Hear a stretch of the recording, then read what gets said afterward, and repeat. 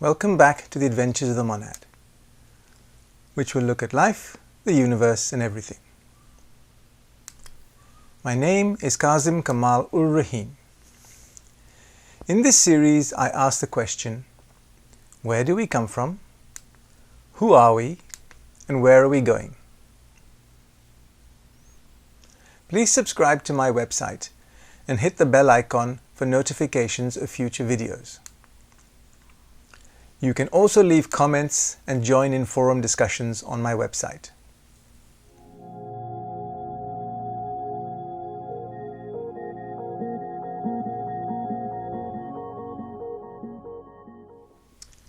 This series of presentations is about a journey to humanity. And I started this journey from a state of being before there was even a universe. I call this state the antiverse. And in that state I said there was something known as primordial matter, which is infinitely dense and infinitely elastic. This matter is so dense, in fact, that there is no space between any of the atoms, and therefore there's actually no space. And this state of existence doesn't have time either, therefore it is infinite. So you can't talk about a beginning. It's always been there. I then postulated that an entity which I call the Absolute brought a universe into creation and transferred some of this primordial matter into this universe, which was or could be considered positive existence as opposed to negative existence. This matter I called the primordial atom, or the first atom. And Pythagoras gave this particular atom another name, and it was called the monad. And it is the adventures of these monads and how they go through their evolution that this whole series of presentations is about. It's an evolution of this particular monad from that first atom through a secondary atom, through a tertiary atom, finally to a quaternary atom, which is what we've been studying so far. I also mentioned that the universe differentiates plane by plane, so that each plane is made up of 49 atoms that come from the previous plane. This process goes on until we have 49 planes. Those 49 planes themselves are actually divided into 7 cosmic kingdoms, and each one is given a name. The kingdom that concerns us the most is the last, the lowest, the 7th, the cosmic physical kingdom. It is in this kingdom that we as monads are going through our evolution. And this particular kingdom is extremely important because I've talked about there being primary atoms at the start of the whole process, and these atoms basically pervade the entire universe. And I've also mentioned that these atoms traverse the universe through all the planes 3 times. And when they finish that process, they migrate to becoming another atom, which is the secondary atom. This process occurs in the cosmic physical plane. So for us going forward, everything starts basically once we enter that cosmic physical plane as a secondary atom, and we start to evolve further. And this secondary atom also goes by the name of an elemental essence. What's the difference between that first atom, the primary atom, and the secondary atom is a state of consciousness. The primary atom has potential consciousness but is not conscious. The secondary atom has now a passive consciousness. And I go on to talk about how this develops, and I talk about the first, second and third logos. The important thing to take from this is the fact that there has been a change in consciousness. And this change, although in some respects a minor one, in other respects it's actually massive. Because this secondary atom now can actually respond to an input of consciousness from somewhere else. Therefore, it is an obedient servant. It does what it is told. It also has an inclination of its own, which is to basically condense further and further into matter. So if you assume that level 1 is the furthest away from really dense matter and level 49 is the densest you can get, these secondary atoms are pulled towards 49. But all of this is going on within the cosmic physical kingdom. There comes a time in the evolution of this secondary matter where it becomes tertiary matter. And here another big step is taken, because that tertiary matter now has the potential to remember things. This is important because it is no longer just responding to something, but it is learning how to do something, and you can teach it things. And it is this tertiary matter that makes up our physical bodies, and it is this tertiary matter that actually makes up the envelopes that make up our other higher bodies. And it is also the matter that surrounds our permanent atoms in each one of these bodies. So the tertiary matter has now reached the end of the line for these molecules that are sort of responsible for a lot of our whole existence, because the secondary atoms are actually our thoughts and our desires. They are the things that actually respond when we think in a certain way, because we create forms, thought forms or desire forms. And it's those particular secondary atoms that are responsible for actually implementing our consciousness. The tertiary atoms are now forming a structure around us that also help us to evolve. Finally, the monad reaches a state within the seventh kingdom, the cosmic physical, where it turns into what is known as a quaternary matter. Quaternary matter has now actually gone up another whole gear again, and this actually comes from the third outpouring from the first logos. Again, go back to those particular presentations to understand the full significance of that. What's happened now is that this quaternary matter is starting to develop willpower. And it also starts to develop a concept of itself and its environment. And that process starts in the mineral kingdom, not in the human kingdom. So quaternary matter it happens much earlier than we think in terms of what is deemed as a sort of a self-activating consciousness. Now you can say, well, a rock isn't particularly self-activating. No, it isn't. But I explain how a rock goes about evolving further in terms of a group soul, where a group of monads cluster together out of safety and also out of an ability to learn faster as a group than as an individual. And they share, in the case of the mineral kingdom, their etheric, their emotional and their mental bodies. And they are controlled by a deva, because you could say is the group soul leader. And that deva works with their evolution as they go through the mineral kingdom. Now you'd say, well, okay, so what exactly is a rock experiencing? Well, it experiences actually pressure and heat. And so it is cognizant. It's cognizant in a way that secondary matter or tertiary matter isn't. And as the mineral evolves, and this is over eons of time, it finally ends up as a plant. What it does to achieve that is that it takes a chunk of the etheric substance that it shared with the group and wraps it around itself. So this monad now has an etheric body around it. And although it's developed that etheric body, it doesn't actually work that etheric body up properly until it reaches the next kingdom, which is the plant kingdom. What does this particular body do? It actually gives you feelings, because it's our etheric body that is actually our sensory body, for the monad that is. So you sense because you have this body. So although a rock was beginning to become cognizant of pressure and heat, it's in the plant kingdom that the monad is now able to genuinely feel the light from the sun, the heat from the sun, the water splashing on it, all of these things. Yes, plants do have sensations, they are feeling. But what the plant then begins to do is evolve further and take a bit of the shared emotional body, which is shared with its group of plants, and put that around itself as an individual body. So it begins to start to develop an emotional body. Although it develops it there, and I talk about the fact that you can cause mass panic in your lawn if you decide to go out and cut it, it's only really in the animal kingdom that that emotion is worked up, and you then get the emotional body in the animal developing much further. And you can certainly see this in higher animals. But in fact, all animals show anger, they show fear, they can show moments of tenderness. All of this is to do with the emotional body, and animals have it. They gained it in the plant kingdom, but they worked it up in the animal kingdom. So what happens next?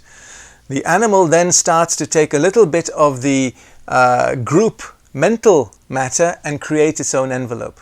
Obviously it doesn't do it itself, this is done by Devas, but in the creation of that, it is now beginning to develop its own mental life. Although it's done it, it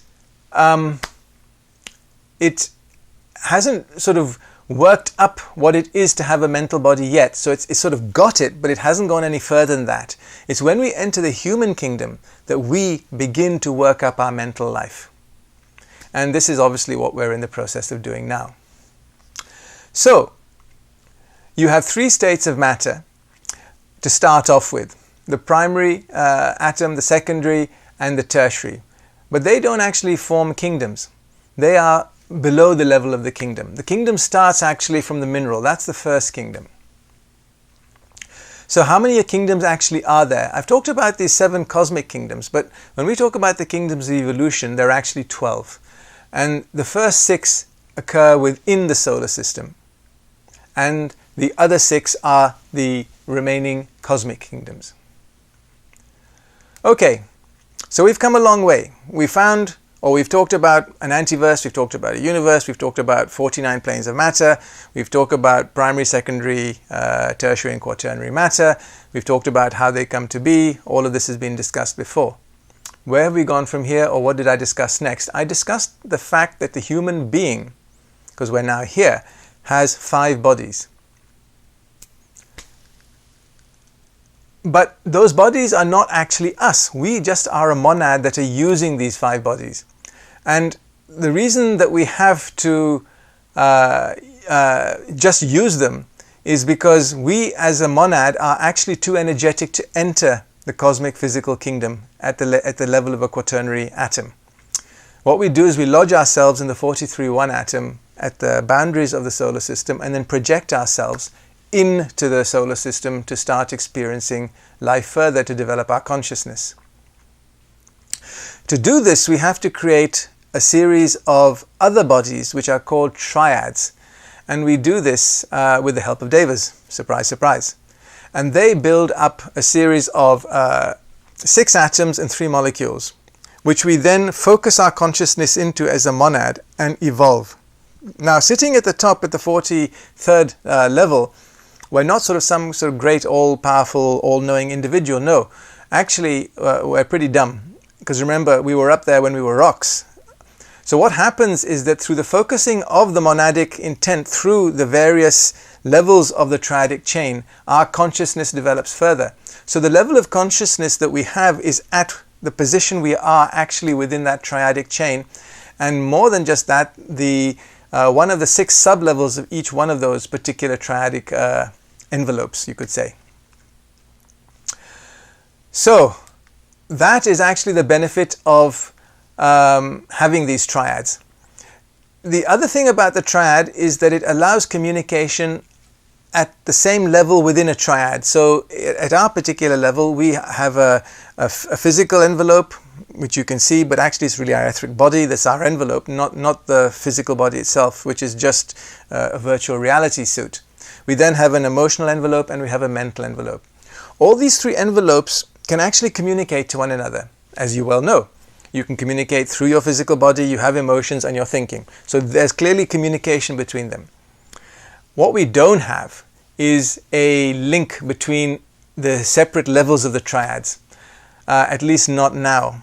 We have it to a very limited degree, but actually it's something that we've got to build up. And the reason for that is that, well, actually there's a lot of reasons for it.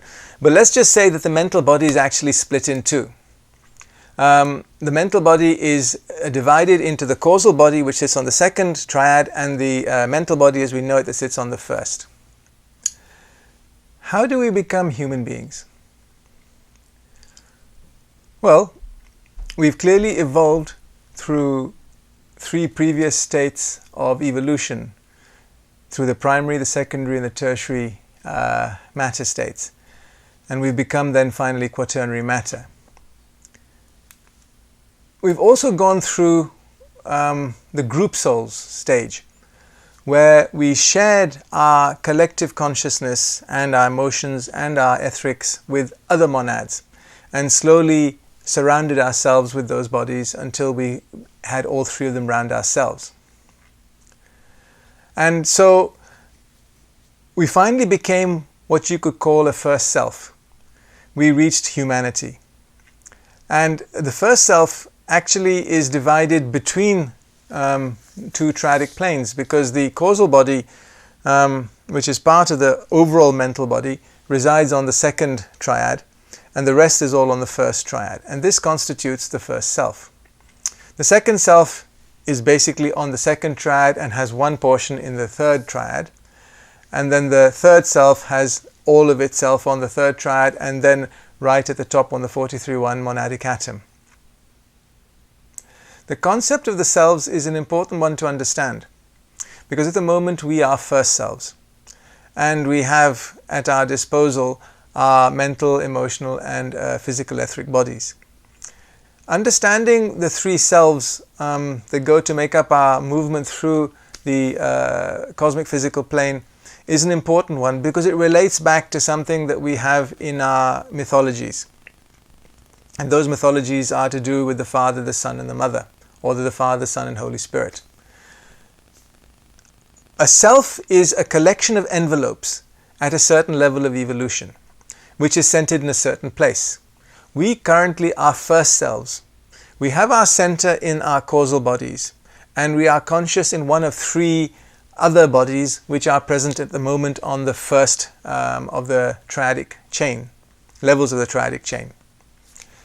The second self is conscious on the second level of the triadic chain and actually has its focus in the third level, in the spirit body. And the third self is conscious on that third triadic chain and has its consciousness in the monadic atom at the 43-1 level. Those three selves are important because they represent stages of our evolution. Now, these have been represented in certainly the Christian faith as though that they represent something else, i.e. that the third triad is called the Father, the second triad is called the Son, and the third triad is called either the Holy Spirit or you, basically. And it should be the matter component. They have come to represent something external to us, as though there is a Father who art in heaven and he had a Son called Jesus, and that Son was somehow going to save us because we would believe in it, and somehow that would result in us getting to the Father. That, from a Hylozoic point of view, is not the case.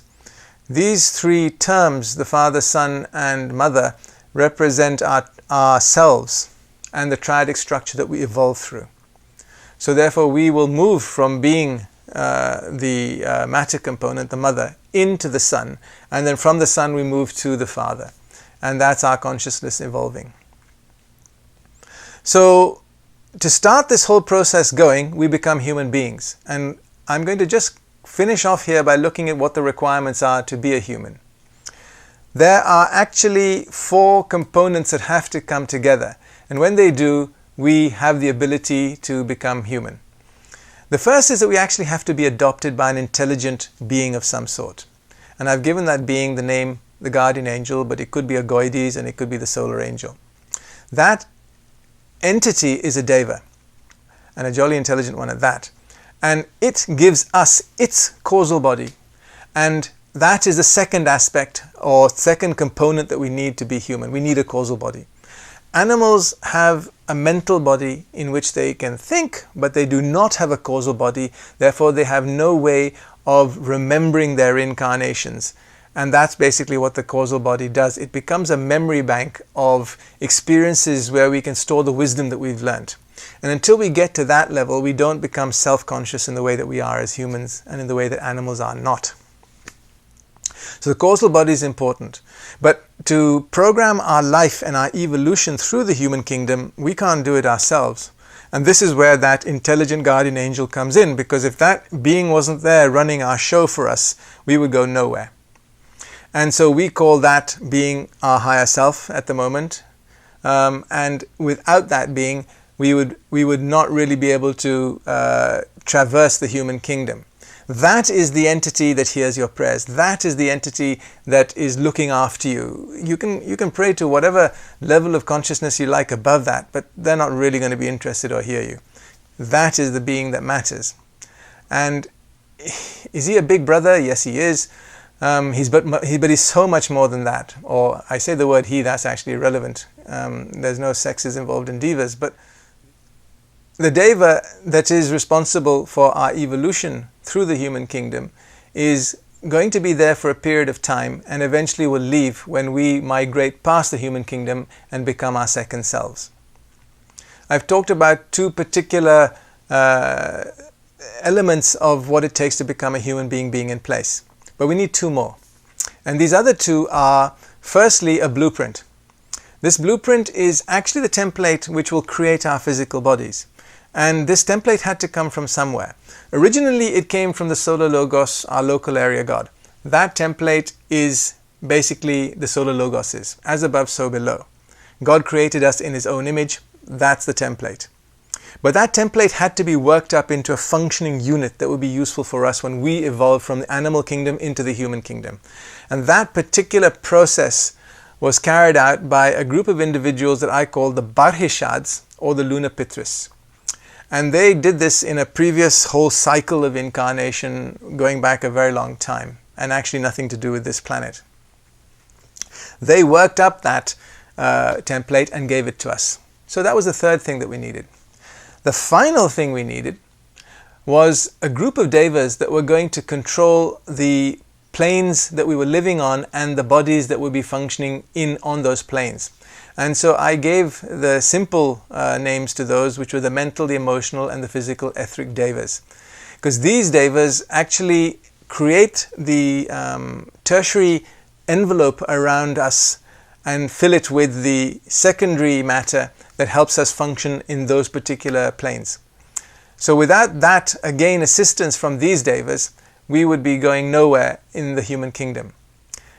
Remember that those devas also were, in a way, working with the lower kingdoms as well, because you had a group soul system there. Once you get to the human being, that group soul system leaves. We now have all of those three envelopes, the physical, etheric, the emotional, and the mental around us as individuals. And we have a causal body, and that is loaned to us by the solar angel. So that's it. We started from the antiverse. We went down through 49 planes of matter. We evolved through 4 levels of consciousness, you could say, in that matter: primary, secondary, tertiary, and quaternary. And now here we are as humans. Now, what is a specific aspect of humanity that is interesting to us is the concept of consciousness, because that is the thing that we as humans specialize in. Now, I've said to you that every monad has 3 aspects. It has motion, which you could also call will or energy.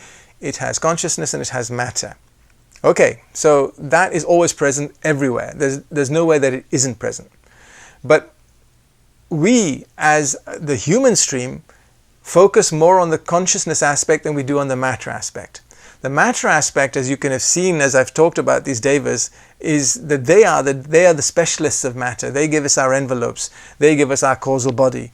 All the things that are around us that we see and we experience are as a result of their work. They are the specialists in that area. We, once we finally get our act together, are going to be the specialists in consciousness and how consciousness brings things into being, how it directs things. Now, we can practically not direct ourselves at the moment, so this is sounding very grandiose, but we will eventually get there. And so that's what I really want to look at next. I want to look at what it is to be conscious. What are the aspects of consciousness? What are the levels of consciousness? All of these things I'm going to cover in the next series of presentations. So see you there. Thank you very much.